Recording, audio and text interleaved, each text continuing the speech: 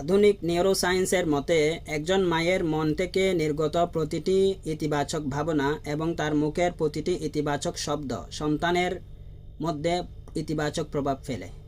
সন্তানের মস্তিষ্কের ফ্রন্টাল লোবকে সক্রিয় করে মায়ের মনের ইতিবাচক চিন্তা। এই অংশটি সন্তানের বুদ্ধিবৃত্তিক বিকাশে সহায়তা করে। এর বিপরীতে মা যদি সবসময় নেগেটিভ চিন্তা করেন, সবসময় উদ্বিগ্ন থাকেন, সবসময় অস্থিরতা দেখান, তার মুখ থেকে সবসময় স্ট্রেসফুল শব্দ বের হয়, নেগেটিভ কথা বের হয়, তখন এটি সন্তানের মধ্যে স্ট্রেস হরমোন বাড়িয়ে দেয়। সে ইমোশনালি স্থিতিশীল থাকতে পারে না, তার মধ্যে আত্মবিশ্বাসের ঘাটতি দেখা দেয়, সে সব কিছু মোকাবেলা করে সামনে এগিয়ে যাওয়ার জন্য সাহস হারিয়ে ফেলে। তাই আমাদের মায়েদের যারা সন্তানের কল্যাণ চিন্তায় সবসময় অস্থির থাকি, তাদের উচিত যে এই বিষয়ে সতর্ক থাকা, যে আমার মুখ থেকে কি বের হচ্ছে, আমার মুখ থেকে বা মন থেকে ইতিবাচকতার সুবাস বের হচ্ছে নাকি নেতিবাচকতার দুর্গন্ধ। কারণ একজন মা স্বাভাবিকভাবে যেটি করবেন সেটি হচ্ছে নেগেটিভ চিন্তা।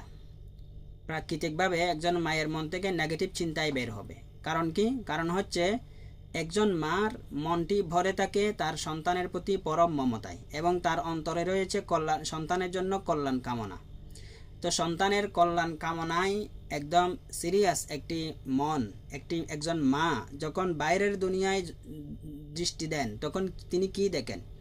তিনি দেখেন যে আমার সন্তান ঘর থেকে বাইরে পা রাখলে যেই দুনিয়ায় পা রাখছে সেই দুনিয়াটার অবস্থা হচ্ছে এটির মধ্যে কোনো ধরনের নিরাপত্তা নেই, এটির মধ্যে বিপদের পর বিপদ রয়েছে, এটির মধ্যে সমস্যার পর সমস্যা রয়েছে। এই বিপদসংকুল এবং সমস্যা আকীর্ণ একটি দুনিয়ায় আমার সন্তান কিভাবে সারভাইভ করবে, কিভাবে টিকে থাকবে, কিভাবে সে এগিয়ে যাবে, কিভাবে সাফল্য অর্জন করবে, এই সমস্ত ভাবনায় তিনি অস্থির হয়ে যাবেন। এটি স্বাভাবিক, কারণ বাহ্যিক পরিস্থিতি তার মধ্যে সন্দেহ, তার মধ্যে ভয় ঢুকিয়ে দিবে। তো বাহ্যিক পরিস্থিতির দৃষ্টি থাকলে মায়ের মনের মধ্যে শঙ্কা জাগে, ভয় জাগে। এখন একজন মা যদি সত্যি সত্যি সন্তানের কল্যাণ চান, তাহলে তিনি সক্রিয়ভাবে সচেতনভাবে তার মস্তিষ্কের প্রিফ্রন্টাল কর্টেক্সকে সক্রিয় করে তাকে চিন্তা করতে হবে যে এই বাহ্যিক পরিস্থিতির একজন ক্রিয়েটর রয়েছেন। সেই ক্রিয়েটরের প্রতি যদি আপনার দৃষ্টি যায়, আপনার দৃষ্টিকে আপনি পরিস্থিতি থেকে পরিস্থিতির ক্রিয়েটরের কাছে যদি নিয়ে যেতে পারেন, তখন আপনার মনে আশা জাগবে। কারণ কি? সেই ক্রিয়েটরের অবস্থা কি? সেই ক্রিয়েটর মহান আল্লাহ তাআলা হচ্ছেন দয়ার সাগর। তিনি রহম করেন সকল মানুষকে, সকল সৃষ্টিকে। তো সকলের প্রতি দয়াশীলতা এটি নিশ্চিত যখন আপনার বিশ্বাস হবে, আপনি জানবেন, তখন আপনার মনের মধ্যে আশা জাগবে, ভয় না। তখন আপনি ইতিবাচকতার ছড়ানতে থাকবেন। তখন আপনি আল্লাহর রহমত হচ্ছে সবার জন্য অবাধ, অর্থাৎ আল্লাহর রহমতের দরজা কারোর জন্য সংরক্ষিত না।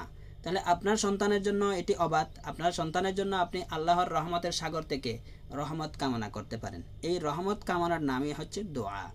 তাই আপনাকে দুশ্চিন্তার মোড় থেকে আপনার মনকে দোয়ার মোড়ে নিয়ে যাওয়ার জন্য এই ফর্মুলাটা কাজে লাগাতে পারেন, যে আপনি পরিস্থিতির উপর দৃষ্টি না রেখে আপনি পরিস্থিতির যিনি ক্রিয়েটর, সেই পরিস্থিতির ক্রিয়েটর মহান আল্লাহ তাআলার প্রতি দৃষ্টি রাখা, এটি আপনার উচিত। যখন আপনি এভাবে প্র্যাকটিস করবেন সবসময়, যে কোনো পরিস্থিতিতে আপনি যখন পরিস্থিতিতে দৃষ্টি দিবেন, তখন আপনার স্ট্রেস বাড়বে, আপনার টেনশন বাড়বে, দুশ্চিন্তা করবেন আপনি।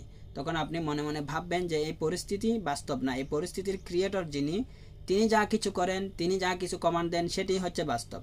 তো তিনি চাইলে আমার সন্তানকে রহমত করবেন এবং তার দয়া আমার সন্তান সামনে এগিয়ে যেতে পারবে, আমার সন্তানকে তিনি সুরক্ষা দিতে পারবেন। এই সমস্যা সংকুল পৃথিবীতেও তিনি আমার সন্তানকে সুরক্ষা দিতে পারবেন।